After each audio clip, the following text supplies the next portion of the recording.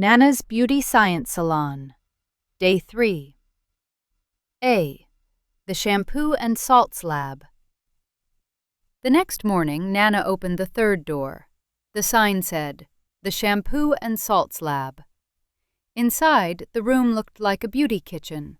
There were shampoos, creams, bath salts, glass beakers, filters, and tiny jars with shiny crystals. Tinos looked at the jars. He said, "Are those sugar crystals?" Nana said, "No, these are salts." Tinos said, "Like table salt?" Nana shook her head. She said, "Not all salts are table salt. In chemistry, salts are ionic compounds usually made when acids react with metals, metal oxides, alkalis, or carbonates." Debbie picked up a jar of bath salts. She said, "So beauty products have science names too?" Nana smiled. "Exactly." She pointed to 5 bottles on the counter. Hydrochloric acid, sulfuric acid, nitric acid, carbonic acid, citric acid. Tino said, "Those sound dangerous." Nana said, "Some acids must be handled carefully. In experiments, we wear goggles and use small amounts." Then she placed name labels beside each acid.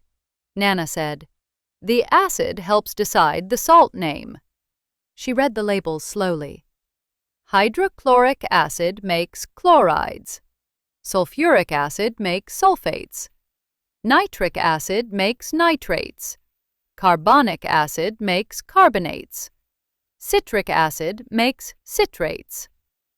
Tino said, "So the acid gives the salt its surname." Nana laughed. "Yes, that is a good way to remember it." Then Nana took out a piece of magnesium ribbon. She added it carefully to an acid. Tiny bubbles appeared. Tino said, "It is fizzing." Nana said, "That means a gas is being produced." She wrote the first reaction on the mirror. Metal plus acid makes salt and hydrogen. Tinos read it back. Metal plus acid makes salt and hydrogen. Nana said, "Correct. Reactive metals can displace hydrogen from acids." Tinos asked, "What gas is in the bubbles?" Nana said, "Hydrogen." Debbie said, "How do scientists test for hydrogen?" Nana held up a wooden splint. She said, "A lit splint makes a squeaky pop if hydrogen is present." Tinos repeated, "Hydrogen makes a squeaky pop." Then Nana brought out a small dish of copper oxide powder. She said, "Some metals do not react well with dilute acids, but their metal oxides can react with acids." She mixed copper oxide with acid and warmed it gently. Nana wrote the second reaction. Metal oxide plus acid makes salt and water. Tino said, "No hydrogen this time?" Nana said, "Correct. Metal oxide plus acid makes salt and water." She pointed to the copper oxide. "This method can make a salt even when the metal itself is too unreactive to react with the acid." Tino said, "So copper may not react with acid, but copper oxide can." Nana said, "Exactly." Then Nana placed a small piece of calcium carbonate into acid. It fizzed strongly. Tino said, "More bubbles." Nana said, "This time the gas is carbon dioxide." She wrote the third reaction. Metal carbonate plus acid makes salt, water, and carbon dioxide. Tinos read it slowly. Metal carbonate plus acid makes salt, water, and carbon dioxide. Nana said, "Good." Debbie asked, "How do we test for carbon dioxide?" Nana showed a small tube of lime water. She said, "Carbon dioxide turns lime water milky." Tinos repeated, "Hydrogen gives a squeaky pop. Carbon dioxide turns lime water milky." Nana nodded. "Those are very important exam facts." Then she gave Tinos 3 beauty lab examples. Magnesium plus sulfuric acid makes magnesium sulfate and hydrogen.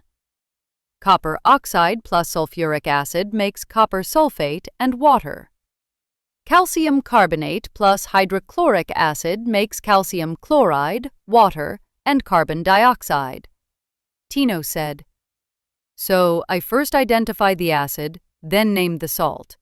Nana said, "Yes, and remember the product pattern." She wrote the memory script on the glass board. Not all salts are table salt. Acids help name salts. Hydrochloric acid makes chlorides. Sulfuric acid makes sulfates. Nitric acid makes nitrates.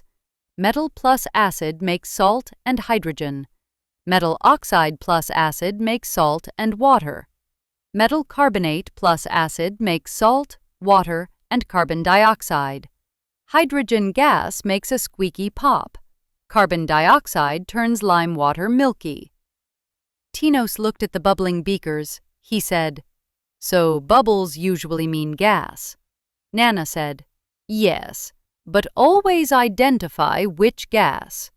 Debbie smiled. She said, "This lab smells less like fear now."